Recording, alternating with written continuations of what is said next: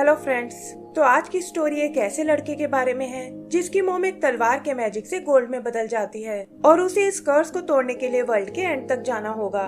तो चलिए शुरू करते हैं और इसे एंजॉय करने से पहले सब्सक्राइब बटन को दबाना ना भूलें। तो मूवी की शुरू में हम फ्लेक नाम के एक वाइकिंग क्लैन को देखते हैं जो समुद्र से मछलियाँ पकड़कर लौट रहे हैं। इनका लीडर है हेल्वर नाम का एक वाइकिंग जिसे ये बोरिंग काम बिल्कुल पसंद नहीं है और वो चाहता है कि लाइफ में कुछ एडवेंचर और डेयरिंग होना चाहिए। तभी वो सामने से एक पायरेट शिप को आते हुए देखते हैं जिसका लीडर स्वैन नाम का एक बारबेरिक वाइकिंग है और वो हेल्वर को फिशिंग करते देख उसका बहुत मजाक उड़ाता है। हेल्वर भी शायद इसी मौके की तलाश में था और वो गुस्से में स्वैन की शिप पर अटैक कर देता है। लड़ाई के दौरान स्वैन की एक मैजिकल तलवार उछलकर हेल्वर की शिप पर आ गिरती है जिसके साथ एक गिलहरी भी है और हेल्वर स्वैन को सबक सिखाने के लिए तलवार को अपने कबीले में ले आता है। कबीले में हम उसके बेटे विक को देखते हैं जो खुद भी अपने डैड की तरह एक वाइकिंग बनना चाहता है और उन्हें इम्प्रेस करने के लिए आए दिन नए नए एक्सपेरिमेंट करता है। यहीं हम विक की मोम इलिया को देखते हैं जो हेल्वर के खाली हाथ आने से बहुत नाराज है और उसे खुश करने के लिए हेल्वर उसे वो मैजिकल तलवार दिखाता है, लेकिन इलिया इससे बिल्कुल इम्प्रेस नहीं होती और हेल्वर भी उस तलवार को वहीं छोड़कर चला जाता है। विक अपनी फ्रेंड मारिया के साथ उस तलवार को चेक करने आता है और देखता है कि वो गिलहरी उससे दूर जाने को बिल्कुल तैयार नहीं है। अगले दिन कबीले में एक कंपटीशन रखा जाता है जिसे जीतने वाले को हेल्वर के क्रू में शामिल किया जाएगा और विक और मारिया भी वहां अपना चांस लेने आए हैं। मारिया अपनी स्किल से सबको बहुत इम्प्रेस करती है और फिर बारी आती है विक की, लेकिन इससे पहले कि वो अपना निशाना लगा पाए एक दूसरा तीर आकर निशाने को भेद देता है। पता चलता है कि एक दूसरे फेमस वाइकिंग का बेटा लीफ है जो यहाँ हेल्वर के क्रू में शामिल होने आया है और हेल्वर भी खुशी खुशी उसे एक्सेप्ट कर लेता है और कहता है कि मैं लीफ को इस टूर्नामेंट का विनर घोषित करता हूँ। विक उनसे अपनी टर्न के बारे में पूछता है, लेकिन हेल्वर ये कहकर मना कर देता है कि तुम और प्रैक्टिस करके अगले साल ट्राई करना, और इससे विक का दिल टूट जाता है। शाम को वो लीफ के लिए एक पार्टी अरेंज करते हैं, लेकिन विक इसमें बिल्कुल इंटरेस्टेड नहीं होता और अकेला बैठकर उस तलवार को एग्जामिन करने लगता है। हेल्वर उसे वो तलवार लीफ को दिखाने को कहता है, जिस पर लीफ बताता है कि ये तो एस्गार्ड के राजा ओडिन की तलवार है और कहा जाता है कि ये किसी भी चीज को सोने में बदल सकती है। हेल्वर इसे यूज करने का तरीका पूछता है, लेकिन लीफ उसे छूने से मना कर देता है और कहता है कि ये तो आपको खुद ही ढूंढना होगा। तब विक उन्हें बताता है कि तलवार के ब्लेड पर कुछ निशान बने हुए हैं जिसके अकॉर्डिंग उन्हें तलवार को 8 की शेप में घुमाना होगा और फिर उनके चुटकी बजाते ही ये काम करने लगेगी। फिर वो उन्हें इसका एक डेमो दिखाता है और उसके चुटकी बजाते ही तलवार से निकली पावर एक चिकन को गोल्ड में बदल देती है। ये देखकर तो सबके होश उड़ जाते हैं और हेल्वर कहता है कि अब तो वो यहाँ का सबसे अमीर आदमी बन जाएगा। इसके बाद वो एक एक करके चीजों को गोल्ड में बदलने लगता है और इसी जल्दबाजी में वो इस पावर का यूज अपनी वाइफ पर कर देता है जिससे वो एक गोल्ड स्टैचू में बदल जाती है। विक ये देखकर रोने लगता है और हेल्वर को भी अपनी गलती का एहसास हो जाता है, लेकिन अब बहुत देर हो चुकी थी। तब लीफ उन्हें तलवार की स्टोरी बताता है कि इसे ओडिन ने अपने बेटे लोकी के लिए बनाया था और यह एस्गार्ड के बाहर किसी भी चीज को सोने में बदल सकती थी। लेकिन लोकी और उसका भाई थोर आपस में लड़ते रहते थे और इससे नाराज होकर ओडिन ने लोकी को एस्गार्ड से बैनिश कर दिया। उसने लोकी की सारी पावर्स छीन ली और उसे वॉर्न किया कि जब तक वो अपना नेचर ठीक नहीं कर लेता तब तक वो इस तलवार को नहीं छू पाएगा, और तब से लोकी को किसी ने नहीं देखा। विक पूछता है कि इससे भला मेरी मोम के ठीक होने का क्या कनेक्शन है, और तब लीफ उन्हें इस कर्ज को तोड़ने का तरीका बताता है। इसके लिए उन्हें एक ऐसे आइलैंड तक जाना होगा जो अर्थ और हेवन की बाउंड्री पर बना हुआ है और वहाँ एस्गार्ड जाने के लिए एक सीक्रेट रास्ता है जिसे सब लोग बिटफ्रोस्ट के नाम से बुलाते हैं।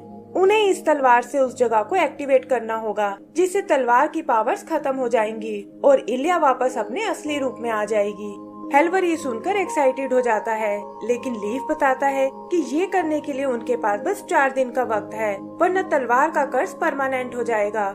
एक आदमी उस आइलैंड तक जाने का रास्ता पूछता है और लीफ बताता है कि मैं वहां जाने में तुम्हारी मदद कर सकता हूँ। विक भी उनके साथ आना चाहता है, लेकिन हेल्वर इसके लिए मना कर देता है और कहता है कि तुम अभी इस जर्नी के लिए बहुत छोटे हो। सुबह वो एक बोट लेकर उस आइलैंड के लिए निकल पड़ते हैं और पता चलता है कि विक और मारिया भी छुपकर बोट पर आ गए हैं, जिनके साथ वो गिलहरी भी है। तभी हम स्वैन और उसके पायरेट्स को आते हुए देखते हैं, जिसकी नजर इलिया के उस गोल्ड स्टैचू पर पड़ती है और वो समझ जाता है कि हेल्वर ने तलवार को यूज करना सीख लिया है। जल्दी ही दोनों ग्रुप के बीच लड़ाई शुरू हो जाती है और इसी चक्कर में विक और मारिया पायरेट्स के हाथ लग जाते हैं। स्वैन बच्चों के बदले हेल्वर को ब्लैकमेल करता है और हम देखते हैं कि उसने हेल्वर के ग्रुप को एक आइलैंड पर छोड़ दिया है और खुद तलवार और स्टैचू को लेकर वहाँ से निकल गया है। विक इन सब के लिए खुद को जिम्मेदार मानता है, लेकिन मारिया कहती है कि तुम्हें एक बार अपने डैड से बात कर लेनी चाहिए। विक भी कुछ सोचकर अपने डैड से बात करने जाता है, लेकिन हेल्वर उसकी एक नहीं सुनता और कहता है कि इसीलिए मैं तुम्हें अपने साथ नहीं लाना चाहता था, क्योंकि तुम एक वाइकिंग बनने के बिल्कुल लायक नहीं हो। तब लीफ उसे समझाता है कि विक एक बहुत ही समझदार लड़का है और तुम्हें एक बार उसकी बात सुन लेनी चाहिए। विक भी कुछ सोचकर एक आइडिया निकालता है और हम देखते हैं कि उसने एक पेड़ और क्रू के कपड़ों से एक बोट बना ली है और वो सब उसे लेकर पायरेट्स का पीछा करने लगते हैं। इधर स्वैन अपने लोगों के साथ एक पायरेट क्लब में आता है और कहता है कि अब हम कुछ दिन यहाँ आराम से गुजार सकते हैं। वहाँ वो क्लब के मालिक टेरी से मिलता है, जिससे उसने काफी उधार लिया हुआ है और कहता है कि आज मैं सारा हिसाब चुकता करने आया हूँ। टेरी भी इतने सारे गोल्ड को देखकर खुश हो जाता है और कहता है कि इससे तो तुम ये पूरा क्लब खरीद सकते हो। स्वैन जो अब तलवार को यूज करना सीख चुका था, अपने लोगों के लिए ढेर सारा गोल्ड बनाता है और कहता है कि अब हम यहाँ के सबसे अमीर पायरेट्स हैं। उधर विक और उसके साथी भी क्लब तक पहुँच जाते हैं, लेकिन देखते हैं कि वहाँ की सिक्योरिटी बहुत ही टाइट है। तभी विक एक डांसिंग ग्रुप के कॉस्ट्यूम्स को देखता है और वो सब उनका रूप लेकर अंदर पहुँच जाते हैं। स्वैन को लगता है कि ये सब शायद टेरी ने अरेंज किया है और टेरी भी इस मौके का फायदा उठाता है और कहता है कि इसके बदले तुम्हें स्टैचू का एक टुकड़ा मुझे देना होगा। स्वैन उसकी बात मान जाता है और विक देखता है कि एक आदमी उसकी मॉम के स्टैचू को अंदर ले जा रहा है। छुपता हुआ वो उसके पीछे जाता है और देखता है कि वो एक कटर से स्टैचू को काटने वाला है। वो एक गोल्ड ब्रिक की मदद से उसे रोक लेता है, लेकिन खुद उस आदमी के हाथों पकड़ा जाता है। इधर डांस करने के बहाने हेल्वर स्वैन से वो तलवार चुरा लेता है, लेकिन उनका ये ड्रामा ज्यादा देर तक नहीं चल पाता और स्वैन को उनकी सच्चाई का पता चल जाता है। हेल्वर के लोग वहाँ तबाही मचाने लगते हैं और जल्दी ही वो क्लब टूटकर नष्ट हो जाता है। फिर वो लोग अंदर विक की मदद करने आते हैं और मिलकर उस आदमी को ढेर कर देते हैं। आगे वो एक बोट लेकर वहाँ से भाग निकलते हैं और जाते जाते स्वैन की बोट को भी डिसेबल कर देते हैं ताकि वो उनका पीछा ना कर पाए। इसी तरह चलते हुए उन्हें काफी दिन बीत जाते हैं और मौसम भी बदलना शुरू हो जाता है। ठंड से उनकी बॉडी जमने लगती है और उन्हें कोई आइडिया नहीं होता कि वो अपनी मंजिल तक कब पहुँचेंगे। विक नोटिस करता है कि वो गिलहरी लीफ को बिल्कुल पसंद नहीं करती और उसे भी लीफ के इरादों पर शक होने लगता है, लेकिन मारिया उसे समझाती है कि ये सब तुम्हारे मन का वहम है और लीफ तो असल में हमारी मदद कर रहा है। तभी वो देखते हैं कि आगे तो हर जगह आइस जमी हुई है और लीफ बताता है कि हमें कैसे भी करके इसे जल्दी से पार करना होगा, क्योंकि यहाँ 3 बड़ी बड़ी लहरें आने वाली हैं। वो लोग पीछे के रास्ते से जाने की सोचते हैं, लेकिन देखते हैं कि पीछे से तो स्वैन आ रहा है जो उनसे अपनी तलवार वापस पाना चाहता है।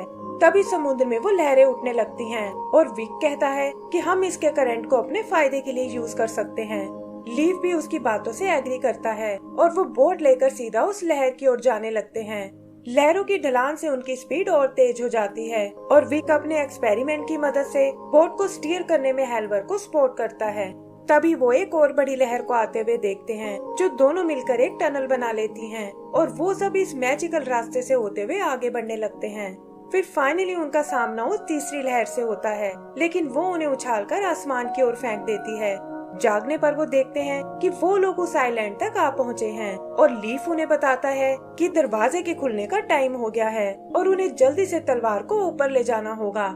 हेल्वर विक और मारिया से आगे जाने को कहता है और बताता है कि हम तुम्हारी मॉम को लेकर पीछे आ रहे हैं। मारिया अपने एरो से दीवार पर रास्ता बनाती है, जिससे विक और लीफ ऊपर चढ़ने लगते हैं, लेकिन वो खुद एरो टूटने के कारण पीछे रह जाती है और उधर हेल्वर भी अपने दोस्तों के साथ ऊपर जाने की तैयारी करता है। ऊपर विक लीफ को फॉलो करता है और देखता है कि वहाँ दीवारों पर अजीब से निशान बने हुए हैं। आगे कुछ टनल से होते हुए वो बिटफ्रोस्ट के पास आते हैं, जहाँ लीफ कुछ बटरफ्लाइज को हटाकर उसे रिवील करता है और बताता है कि यही एस्गार्ड जाने का सीक्रेट रास्ता है। फिर वो विक से तलवार को बिटफ्रोस्ट में डालने को कहता है, लेकिन देखता है कि वो ऐसा करने से डर रहा है और ये देखकर उसे गुस्सा आने लगता है। तभी अचानक वो विक को आगे की ओर धकेलता है, जिससे वो तलवार सीधा बिटफ्रोस्ट में जा गिरती है और विक देखता है कि उसकी पावर से वहाँ एक पोर्टल बनना शुरू हो गया है। वो लीफ से अपनी मॉम के बारे में पूछता है, लेकिन लीफ इसका कोई जवाब नहीं देता और तभी तलवार से कुछ गोल्डन थ्रेड्स निकलकर सब जगह फैल जाते हैं। फिर हम लीफ को उस तलवार को छूते हुए देखते हैं और पता चलता है कि वो तो असल में ओडिन का बेटा लोकी है, जो उन्हें बहलाकर यहाँ अपना कर्ज तुड़वाने लाया था और उसे उसकी मॉम की कोई परवाह नहीं है। विक को लोकी पर बहुत गुस्सा आता है, लेकिन लोकी उसे बताता है कि ये सब उसके डैड ओडिन की वजह से हुआ है, जिन्होंने तलवार पर ऐसा कर्ज लगाया था जिससे मैं उसे छू तक नहीं सकता था और इसीलिए मुझे तुम लोगों की मदद लेनी पड़ी। लेकिन अब कोई भी मुझे एस्गार्ड जाने से नहीं रोक सकता। तभी विक को ढूंढता हुआ हेल्वर वहाँ आता है, लेकिन जैसे ही वो उस गोल्डन थ्रेड को छूता है, उसका एक हाथ और पैर गोल्ड का बन जाता है। विक लोकी से ये सब ठीक करने को कहता है और पूछता है कि आखिर हमने तुम्हारा क्या बिगाड़ा था जो तुमने हमें इतना बड़ा धोखा दिया। लेकिन लीफ उसकी बातों की कोई परवाह नहीं करता। तभी विक की नजर उस गिलहरी पर जाती है और उसे याद आता है कि शुरू से ही हैमर यूज करने में वो बहुत माहिर थी और यहाँ तक कि तलवार की पावर का भी उस पर कोई असर नहीं हुआ था। तभी अचानक उसे एक आइडिया आता है और वो उस गिलहरी को उठाकर उस बिटफ्रोस्ट में फेंक देता है। लोकी को उसकी बेवकूफी पर बहुत हंसी आती है, लेकिन तभी वो देखता है कि गिलहरी अचानक से थोर में बदल गई है, जिसे खुद भी ओडिन ने अर्थ पर भेज दिया था। थोर बताता है कि इसीलिए मैं इस तलवार को फॉलो कर रहा था, क्योंकि मैं जानता था कि एक दिन ये मुझे तुम तक जरूर पहुंचा देगी। फिर हम उन दोनों को आपस में लड़ते हुए देखते हैं, जहां थोर धोखे से उसकी तलवार को दूर उछाल देता है और वो सीधा नीचे वोल्केनो में जा गिरती है। तलवार के नष्ट होते ही उसका कर्ज भी टूट जाता है और लोकी को ये देखकर बहुत गुस्सा आता है। तभी उन्हें ओडिन की आवाज आती है, जो कहता है कि मैं तुम दोनों की लड़ाई से तंग आ चुका हूँ और अब तुम्हारा फैसला एस्गार्ड में जाकर होगा। फिर वो उन दोनों को अपने साथ वापस ले जाता है और उनके जाते ही वो जगह ढहने लगती है। उधर हेल्वर के साथी अभी भी उस स्टैचू को ऊपर नहीं ले जा पाते और तभी उनके पास एक गोल्डन बॉल आकर गिरती है और वो समझ जाते हैं कि स्वैन यहाँ तक आ पहुँचा है। विक और उसके डैड भी लोकी की शील्ड लेकर वहाँ से बच निकलते हैं, लेकिन देखते हैं कि स्वैन ने उनके साथियों को पकड़ लिया है। विक उसे अपनी फैमिली से दूर रहने को कहता है, लेकिन स्वैन को तो बस उस तलवार की पड़ी हुई थी। तभी वो देखता है कि ये जगह ज्यादा देर तक नहीं टिक पाएगी और वो इलिया के स्टैचू को लेकर वहाँ से जाने लगता है। विक अपने डैड को होश में आने को कहता है और बताता है कि आप एक वाइकिंग होकर हार नहीं मान सकते। उधर स्वैन देखता है कि उसकी गोल्डन बॉल अचानक से बदलना शुरू हो गई है, जिसका मतलब कर्ज का असर अब खत्म हो चुका है। विक भी ये बात नोटिस करता है, लेकिन तब तक बहुत देर हो चुकी थी और हेल्वर पागलों की तरह स्वैन के ग्रुप पर टूट पड़ता है। स्वैन अटैक करने के लिए अपनी आयरन बॉल निकालता है, लेकिन पीछे से इलिया उसे नॉकआउट कर देती है, जो कर्ज के हटने से अपने असली रूप में वापस आ गई है। विक अपनी फैमिली से मिलकर बहुत खुश होता है और कहता है कि मेरे डैड दुनिया के सबसे पावरफुल वाइकिंग हैं। फिर हम उन्हें वापस अपने कबीले की ओर जाते हुए देखते हैं और हेल्वर अनाउंस करता है कि विक अब उनके क्रू का एक पार्ट बन चुका है। विक भी ये सुनकर बहुत एक्साइटेड होता है और इसी के साथ हमारी ये मूवी खत्म हो जाती है।